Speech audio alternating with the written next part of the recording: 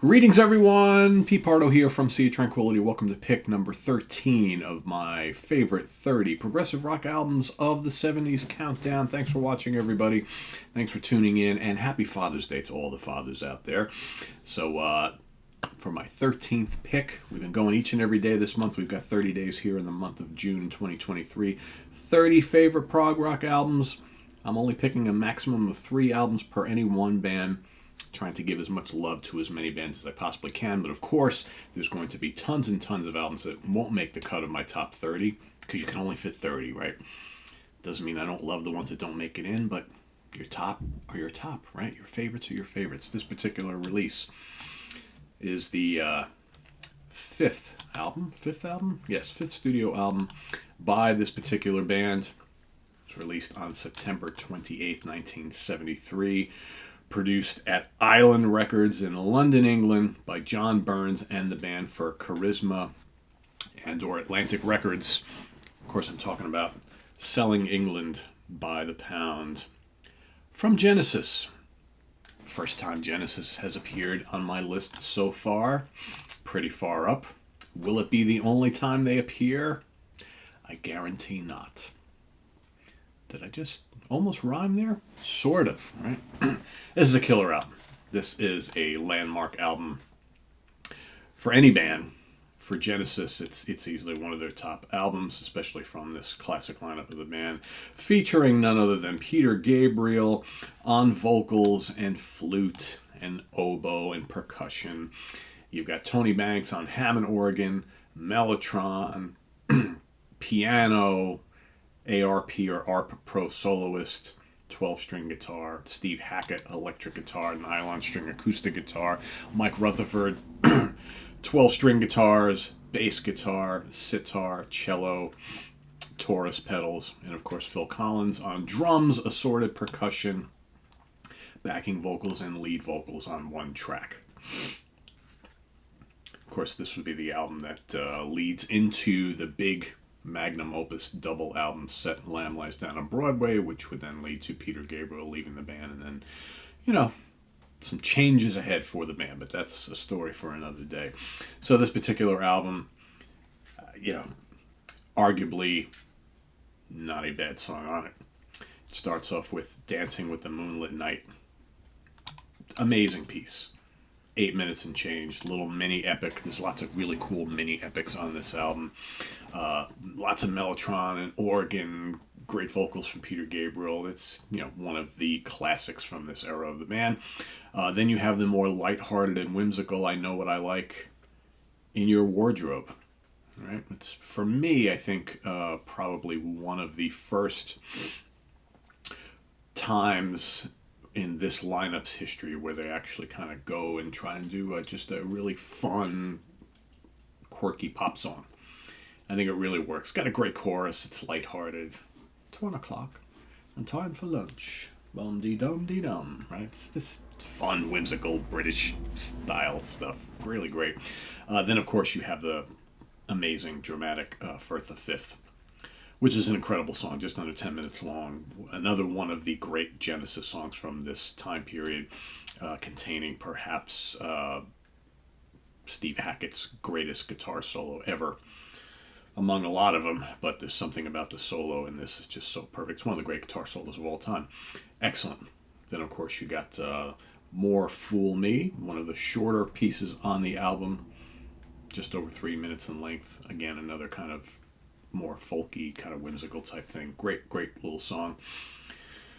And then side 2 kicks off with another epic, The Battle of Epping Forest. Again, very British, dramatic arrangements, loads of all the things that we love so much from the band. Again, another, for me, top song from this time period from the band. Battle of Epping Forest is absolutely epic, and just what we love about this band and prog rock in general. It's got all the trimmings. Great song. Then you have a little instrumental After the Ordeal, which is a great little piece for Hackett and Rutherford, written by them as well, too. Excellent stuff there.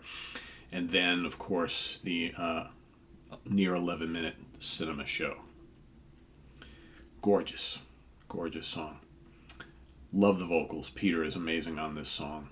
I'd argue even on the Seconds Out, Phil's vocals are outstanding as well. Right? Cinema Show is just so good. Wonderful keyboard textures from Mr. Banks on this song. Just an absolutely, absolutely gorgeous song. And then, of course, the quick little brief Isle of Plenty to finish it out. And, there you have roughly 43 minutes of just amazing stuff from this amazing band. And, yeah, just so good. So good. Selling England by the pound. Mandatory prog from this time period. Let's go to the charting positions here in Australia. Number 52. Over in Finland. It's made it to number 19. Sal, how well do you think it did in Italy? Well, the Italian charts, number 4. Almost the highest charting position in any of the major markets, with the exception of in the UK. Made it to number 3 in the UK. Only made it to number 70 in the US Billboard charts. So again, here in the States, Genesis not really doing big business at this point in time yet. Right, that would come later in the decade. But, they were kind of like a small cult band here. But in other parts of the world, Genesis were a little bit bigger. Certifications for this album in Canada. This is a platinum seller in Canada. Interesting how it didn't really chart in Canada, yet it went platinum. 100,000 units sold. In France, gold, 100,000 units sold. In Italy, gold, 25,000 units sold. United Kingdom, gold, 100,000 units sold.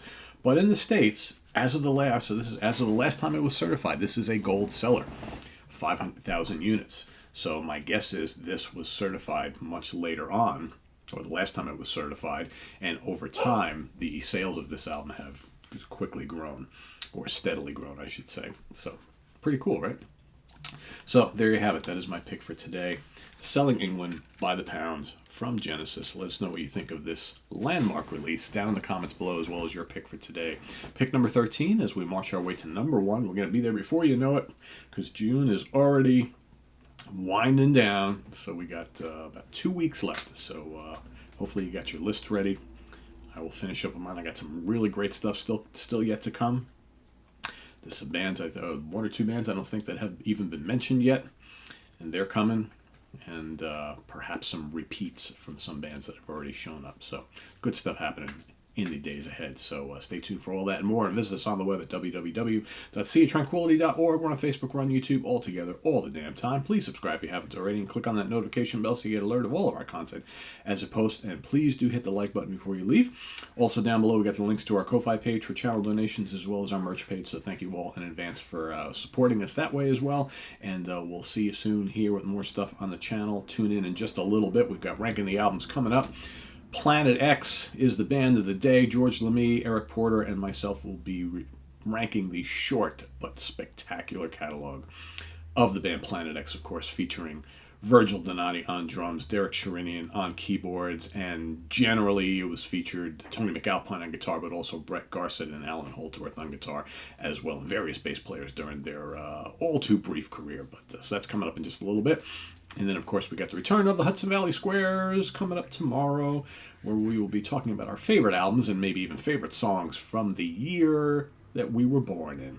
So stay tuned for that and more this week. Till then, I am Pete Pardo. Thanks for watching, everybody. Once again, happy Father's Day to all the fathers out there. Enjoy your day, and we'll see you soon here. I am Pete Pardo. Bye-bye.